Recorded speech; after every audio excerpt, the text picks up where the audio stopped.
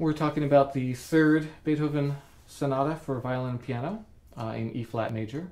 And as with all the sonatas, we tried to sum it up in one word. And Phillip's is? Well, this is kind of from a selfish pianistic standpoint, although it applies to some extent to the violin. But the word I thought of was athletic. Or if I could, again, cheat and have a second word too, I would also say virtuosic. I think the piano writing in this one especially is extremely, I would say almost kind of show-offy. A lot of figuration, a lot of traversing the extremes of the keyboard from one end to the other. I don't know, what did you think? Well, I'm filled with self-doubt about trying to sum it up in one word. I had majestic. And I know that E flat is a majestic key, and I think that there's a lot of truth to what I just said. And on the other hand, I know it's also very exuberant, your word from the first one, and it's not majestic in a regal kind of formal way, because it's so lively and it's so joyful. Joyful, I guess, was my other one, especially with the last movement. Absolutely, very the whole last movement, and especially the end is just so joyful.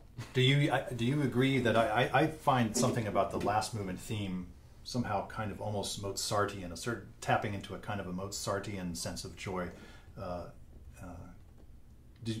Tell me if you agree with that.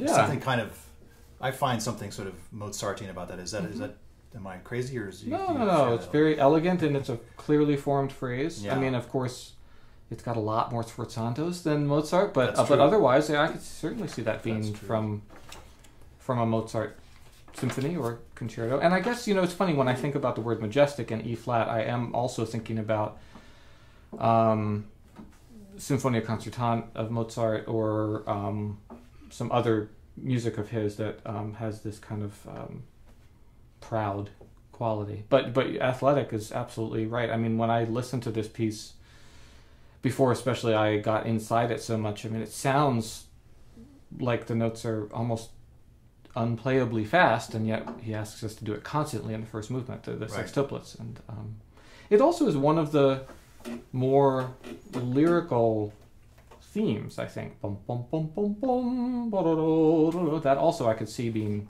Mozart. Yeah, I think there are a lot of elements like that. Yeah.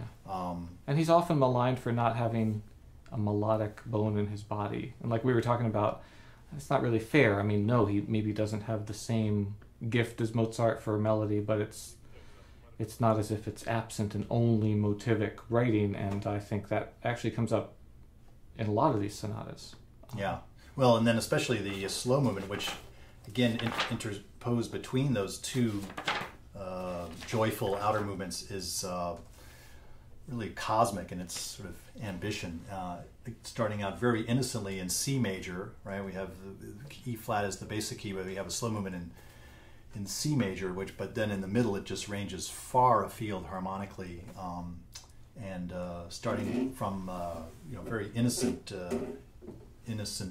roots. Let's do the opening of the slow movement.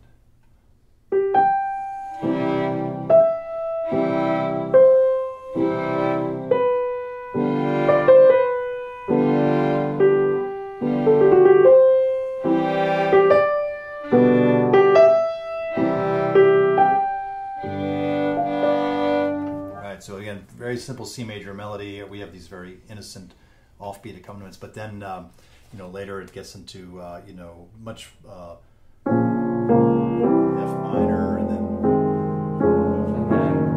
D flat major. And when you think about related to C major, it's as far as it can go. Exactly. So I think that's this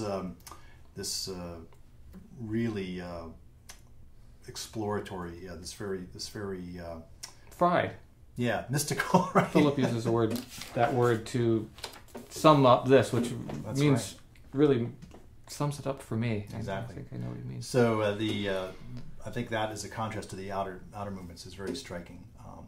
But something else about this movement, because it is very lyrical, especially for Beethoven, it's fascinating and mysterious, but then there's still this Beethovenian, I guess, obsessive rhythmic quality, which is something that's been interesting to work on, that in the midst of these long, slow melodies we have,